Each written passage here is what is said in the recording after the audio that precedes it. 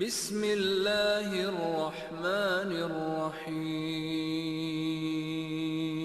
الحمد للہ رب العالمین والصلاة والسلام علی نبینا محمد وآلہ وصحبہ اجمعین واشہد ان لا الہ الا اللہ وان محمدا عبدہ ورسولہ اما بعد۔ معزز دینی بھائیوں، اسلامی ماؤں اور بہنوں، زمانے کی گردش ایک بار پھر ہمیں رحمتوں کے اس موسم بہار تک لے آئی ہے جس کا انتظار اہل ایمان کی آنکھیں پورے سال کرتی ہیں۔ رمضان المبارک کا یہ مقدس مہینہ ایمان کی کھیتی کو سرسبز و شاداب کرنے اور دلوں کو تقویٰ کے نور سے منور کرنے کے لیے طلوع ہوا ہے۔ ہم اللہ رب العزت کا بے پایاں شکر ادا کرتے ہیں کہ اس نے ہمیں یہ سعادت بخشی۔ دعا ہے کہ وہ ذات باری تعالیٰ ہمیں علم نافع عطا فرمائے اور ہمیں ان لوگوں میں شامل کرے جو علم حاصل کرتے ہیں، اس پر عمل کرتے ہیں اور پھر صبر و استقامت کے ساتھ اسے دوسروں تک پہنچاتے ہیں۔ اے اللہ، جس طرح تو نے ہمیں رمضان کے آغاز تک پہنچایا، ہمیں اس کے اختتام تک بھی عافیت کے ساتھ پہنچا اور ہماری ٹوٹی پھوٹی عبادتوں کو شرف قبولیت بخش، آمین۔ آج کی اس نشست میں ہم رمضان المبارک کے حوالے سے چند اہم فکری نکات پر گفتگو کریں گے۔ یہ وہ قیمتی موتی ہیں جو ہماری عبادات میں روح پھونک دیں گے اور ہمیں اس مہینے کی حقیقی قدر و قیمت سے روشناس کرائیں گے۔ حضرات گرامی، اللہ تعالیٰ کا ایک خوبصورت نام الحکیم ہے۔ وہ ذات جو ہر کام کمال دانائی اور حکمت کے ساتھ سر انجام دیتی ہے۔ قرآن کریم میں جا بجا اس صفت کا ذکر ملتا ہے۔ ارشاد باری تعالیٰ ہے وَكَانَ اللَّهُ عَلِيمًا حَكِيمًا، اور اللہ بہت علم والا، بڑی حکمت والا ہے۔ نیز فرمایا وَهُوَ الْعَلِيمُ الْحَكِيمُ، اور وہ سب کچھ جاننے والا، حکمت والا ہے۔ اللہ تعالیٰ کی حکمت کا ایک عظیم مظہر یہ ہے کہ اس نے اپنے بندوں کے لیے عبادات کی صرف ایک ہی قسم مقرر نہیں کی، بلکہ ان میں ایسا خوبصورت تنوع اور رنگا رنگی رکھی ہے کہ انسان کی طبیعت کبھی اکتاہٹ کا شکار نہ ہو اور بندگی کے ہر پہلو سے رب کی اطاعت کا اظہار ہو۔ غور کیجئے، کچھ عبادات لفظی ہیں جیسے قرآن کریم کی تلاوت کرنا اور صبح و شام کے اذکار کا اہتمام کرنا۔ کچھ عبادات مالی ہیں جیسے زکوٰۃ ادا کرنا، صدقات و خیرات کرنا اور اللہ کی راہ میں خرچ کرنا۔ کچھ عبادات ایسی ہیں جن میں جانور قربان کیے جاتے ہیں جیسے ہدی اور قربانی۔ کچھ عبادات خالصتاً بدنی ہیں جیسے نماز پڑھنا، بیت اللہ کا طواف کرنا اور صفا و مروہ کی سعی کرنا۔ اور سب سے بڑھ کر قلبی عبادات ہیں جیسے اللہ پر توکل، اس کی خشیت اور اخلاص۔ اب ذرا رمضان المبارک کی شان دیکھیے۔ اس ایک مہینے میں اللہ تعالیٰ نے عبادات کی ان تمام اقسام کو اکٹھا کر دیا ہے۔ امساک، کھانے پینے سے رک جانا، یہ بدنی و نفسانی عبادت ہے۔ تلاوت، قرآن کا دور اور قیام اللیل میں سماعت، یہ لفظی عبادت ہے۔ صدقات، روزے داروں کو افطار کرانا اور سخاوت کرنا، یہ مالی عبادت ہے۔ اعتکاف، دنیا سے کٹ کر اللہ کے گھر میں پڑ جانا، یہ قلبی و بدنی عبادت ہے۔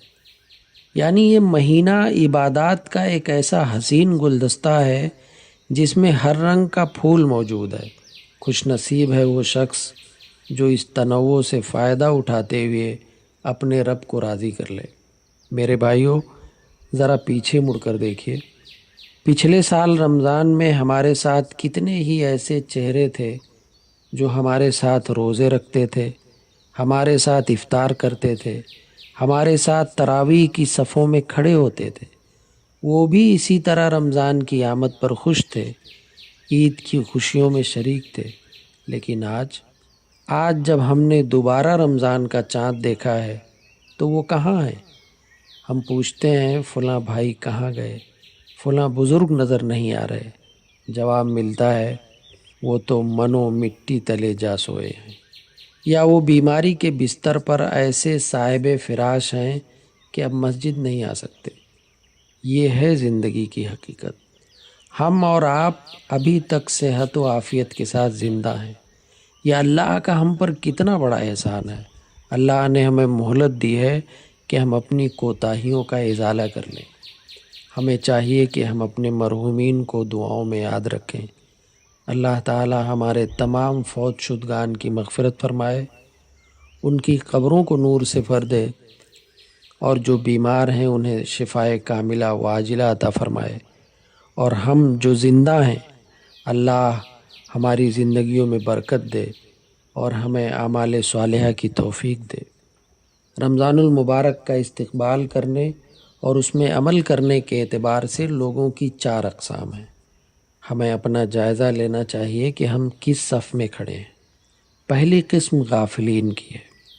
یہ وہ بدنصیب طبقہ ہے جو رمضان میں داخل تو ہوتا ہے لیکن اس کی حالت میں کوئی تبدیلی نہیں آتی۔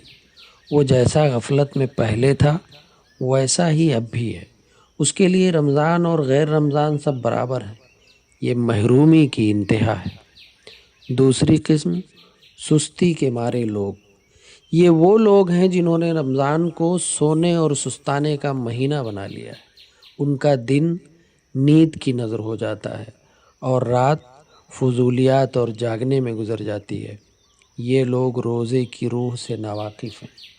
تیسری قسم رمضانی اور موسمی عبادت گزار۔ یہ وہ طبقہ ہے جو نمازوں میں کوتاہی کرتا تھا لیکن رمضان آتے ہی نمازی بن جاتا ہے، مسجدوں کا رخ کرتا ہے۔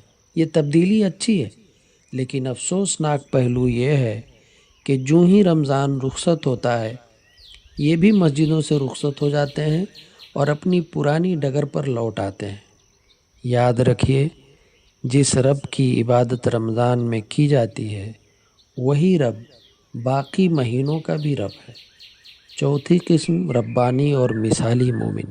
یہ وہ خوش نصیب گروہ ہے جو رمضان سے پہلے بھی نماز، تلاوت اور نیکی کا اہتمام کرتا تھا، لیکن رمضان کی آمد پر ان کی خوشی دیدنی ہوتی ہے، ان کا جوش و خروش بڑھ جاتا ہے، وہ اپنی عبادات میں مزید نکھار اور اضافہ لے آتے ہیں۔ یہ لوگ در حقیقت نبی کریم صلی اللہ علیہ وسلم کے اسوہ حسنہ کی پیروی کر رہے ہوتے ہیں۔ سیدنا عبداللہ ابن عباس رضی اللہ عنہما فرماتے ہیں، کان رسول اللہ صلی اللہ علیہ وسلم اجود الناس بالخیر وکان اجود ما یکون فی رمضان حین یلقاہ جبریل وکان جبریل یلقاہ فی کل لیلۃ من رمضان وکان جبریل یلقاہ فی کل لیلۃ من رمضان فیدارسہ القرآن فلرسول اللہ صلی اللہ علیہ وسلم حین یلقاہ جبریل اجود بالخیر من الریح المرسلہ۔ رسول اللہ صلی اللہ علیہ وسلم لوگوں میں خیر کے معاملے میں سب سے زیادہ سخی تھے، اور آپ صلی اللہ علیہ وسلم کی سخاوت اس وقت اپنے عروج پر ہوتی تھی جب رمضان میں جبرائیل امین علیہ السلام آپ سے ملاقات کرتے، اور جبرائیل علیہ السلام رمضان کی ہر رات آپ صلی اللہ علیہ وسلم سے ملتے اور قرآن کا دور کرتے۔ پس اللہ کے رسول صلی اللہ علیہ وسلم خیر کے معاملے میں تیز چلتی ہوئی ہوا سے بھی زیادہ سخی ہو جاتے تھے۔ میرے بھائیوں، یہی چوتھی قسم خیر الاقسام ہے اور یہی ہمارا ہدف ہونا چاہیے۔ آئیے آج یہ عہد کریں کہ ہم اس رمضان کو اپنی زندگی کا بہترین رمضان بنائیں گے۔ ہم غفلت کی نیند سے بیدار ہوں گے، موسمی عبادت گزار بننے کے بجائے ربانی بنیں گے، اور اس تنوع عبادات سے فائدہ اٹھا کر اپنے رب کو راضی کریں گے۔ اللہ تعالی ہمارے دلوں میں ایمان کی محبت ڈال دے اور اسے ہمارے لیے مزین کر دے، اور کفر، فسق اور نافرمانی کو ہمارے لیے ناپسندیدہ بنا دے، اور ہمیں ہدایت یافتہ لوگوں میں شامل فرمائے۔ وصلی اللہ علی نبینا محمد وعلی آلہ وصحبہ اجمعین۔